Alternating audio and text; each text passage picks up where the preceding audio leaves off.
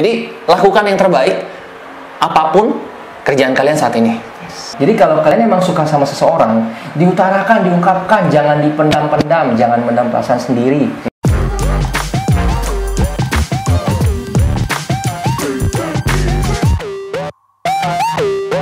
Halo guys, welcome home.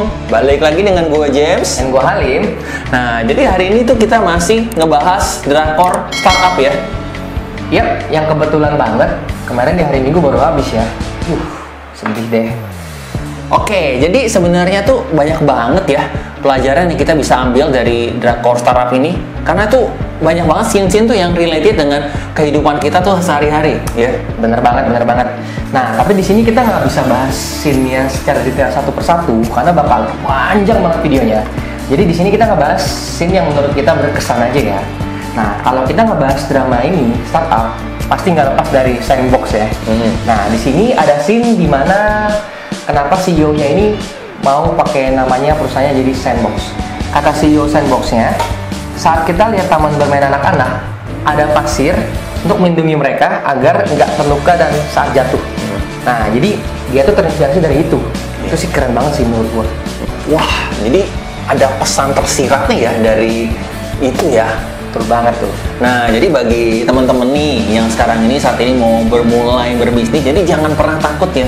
Nah, di sini gue demen banget nih sama si bokapnya Dalmi. Dia bilang udah kerja selama 20 tahun ya di perusahaan orang. Nah, jadi dia bilang kalau udah saatnya nih gue pingin melakukan apa yang gue mau.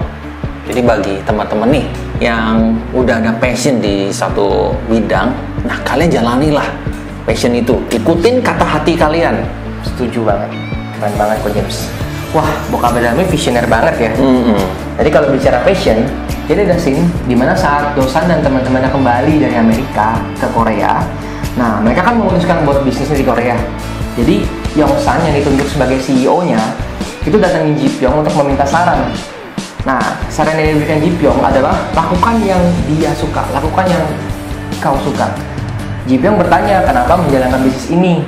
Apakah karena memang suka pemrograman atau karena suka bisnis? Nah, kalau memang suka pemrograman, lebih baik cari pekerjaan dengan gaji besar aja. Karena menjalankan bisnis itu tidak mudah dan membutuhkan waktu yang panjang. Nah, alasan kalian bertahan di sini adalah kalian suka melakukannya. Jadi kalau misalkan kalian melakukan sesuatu yang kalian suka, pasti kalian bisa bertahan dan kalian bisa maju dan berkembang karena kalian suka ngejalaninnya. Gitu. Iya, jadi beda hal nih ya kalau misalnya kita terpaksa ngelakuinnya, pasti hasilnya tidak akan maksimal. Betul, hasilnya pasti setengah-setengah karena kita juga nggak sepenuh hati buat ngelakuinnya gitu. Ya, bener banget, bener banget. Nah, jadi tuh di film ini kita juga diajarkan ya kalau kita tuh harus berbuat baik tanpa mengharapkan imbalan. Ya, jadi di scene-scene awal ya, di saat Ji Pyong masih kecil ya, masih SMP sekitar segitu ya, dia kan masih belum ada tujuan hidup, kayak baru pulang, baru keluar ya dari panti, hanya diberikan modal cuman beberapa juta doang ya untuk bertahan hidup. Nah, di sini ya kita lihat si Oma yang ngebantuin Ji Pyong dari memberikan tempat tinggal, memberikan makan dan lain-lain. Dan di sini tuh gue suka banget si Oma ini karena tuh dia hati itu baik banget. Kayaknya kalau di kehidupan sekarang ya, kayaknya jarang ya ada oma yang sebaik itu ya. Susah banget nemuin yang kayak gini deh. Iya. Ya ada sih, gue yakin pasti ada, cuman jarang. Betul. Dia tuh tulus banget. Tulus, bener banget. Baik hati dan tulus. Ya, itu yang bisa kita ambil dari si Oma. Terus setelah si Ji Pyong besar tuh, nah dia juga nggak lupa sama kebaikan si Oma dan dia mau membalas budi. Nah ini penting sekali. Jadi kalau ada orang nih yang kita berhutang budi sama orang itu, jangan pernah lupain dia. Di saat mau kita susah kayak, mau di saat kita senang, kelak balas budi dengan orang itu. Jangan sampai jadi orang yang kacang lupa kulitnya. Nah iya itu dia, mantap banget. Oke, jadi di sini juga ada pesan berikutnya. Di sini kita harus tetap terus belajar dan pantang menyerah ya. Sama seperti Dalmi pas awal-awal menjadi CEO dari Samsung Tech. Awalnya itu Dalmi diremehkan Chosan karena Dalmi nggak punya background pendidikan yang gimana gitu kan. Nah, tapi di sini meski awalnya sempat sedih, Dalmi nggak menyerah dan dia akhirnya memutuskan untuk belajar menjadi CEO yang berkualitas dan membuktikan kepada teman-temannya kalau meskipun pendidikannya itu nggak tinggi, tapi dia bisa menjadi CEO yang baik buat teman-temannya. Nah, iya, jadi benar ya. Jadi pendidikan seseorang itu tidak menentukan kesuksesan seseorang itu. Betul banget. Sekarang gini ya, banyak banget loh S1 di luar sana yang masih bingung mencari pekerjaannya. Benar ya? Karena mereka mungkin gengsi sama mungkin dia mikir, wah gila gue udah bayar uang kuliah segini nih, tapi gue kok cuma digaji segini gitu kan? Ya. Bener banget. Dibandingin orang-orang yang mungkin yang lulusannya nggak nyampe S1, tapi mereka punya keikhlasan dan keseriusan, punya niat dan pokoknya mereka yakin kalau mereka bisa, walaupun mulai dari awal, mereka yakin kedepannya mereka bisa jadi orang yang sukses. Betul. Jadi banyak banget ya orang di luar sana ya, yang pendidikannya itu mungkin cuma SMA, yang mungkin awal karyanya mulai dari kayak jadi OB gitu, dari tukang parkir ataupun jadi pengamen gitu ya kan? Pengamen gitu. Iya. Tapi kalau misalnya dia punya visi yang jelas, betul, dia ulet, dia rajin, pasti bisa. Pasti. Kalian juga pasti bisa. Penting banget poinnya, visi. Kalian harus punya visi dan misi yang jelas dalam hidup. Betul. Nah, jadi kita diajarin juga ya kalau jangan sampai tuh keadaan membuat kalian tuh menyerah. Jadi ada scene di saat si Inje ya, waktu dia disuruh bokapnya untuk ngerusin usaha yang di Amerika.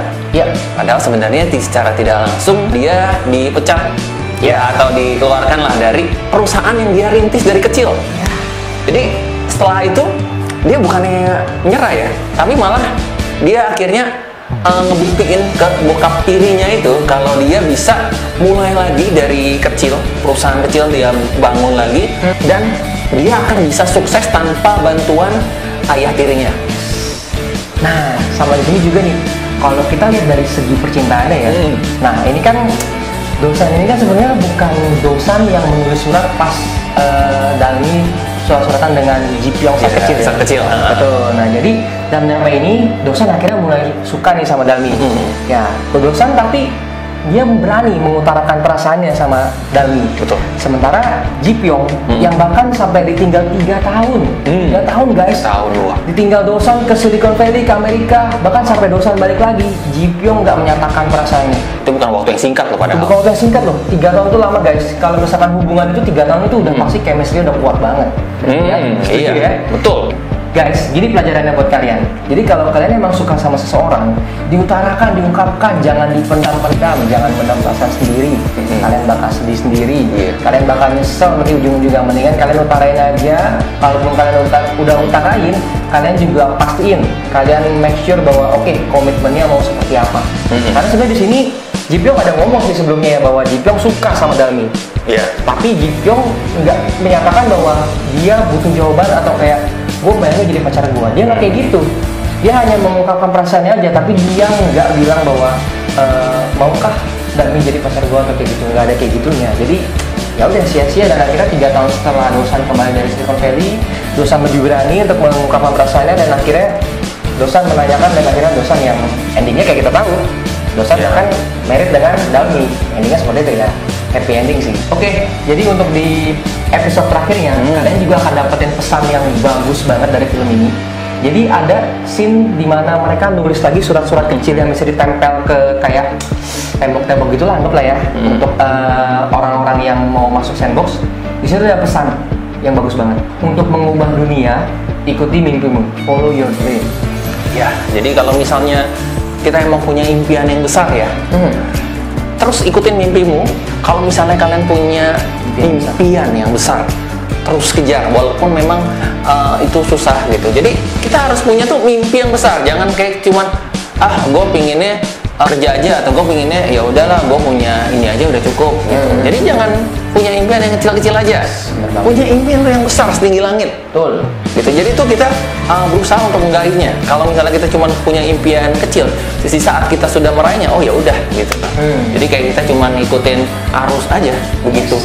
Yes, benar banget. Jadi kita kalau misalkan impian yang tinggi nih, misalkan di langit nih, kalaupun jatuh kita masih di awan ibaratnya. Jadi kita masih tinggi sebenarnya. Iya. Cuman nggak se-ekspektasi kita aja mungkin. Paling nggak masih lumayan lah gitu. Dibandingkan impian kita yang kecil, pas kita nggak nyampe, wah kita jadi apa nantinya gitu kan.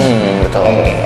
Jadi tetap semangat ya buat teman-teman yang masih merintis bisnis ataupun yang saat ini lagi kerja ya. Jadi walaupun kerja pun juga sesuai dengan passion kalian. Jadi lakukan yang terbaik apapun kerjaan kalian saat ini. Do your best, pokoknya apapun yang kalian lakukan dengan passion, lakukan dengan sepenuh hati, supaya hasilnya pun juga sepenuh hati dan semaksimal mungkin. Betul. Oke. Ya, sekian video dari kita. Sampai jumpa di video berikutnya. Bye-bye. Oke, jadi terima kasih buat teman-teman yang udah nonton video sampai sini. Jangan lupa bantu like, komen, share ke teman-teman kalian, and bantu support channel kita dengan klik tombol subscribe ya. Thank you guys. Bye-bye.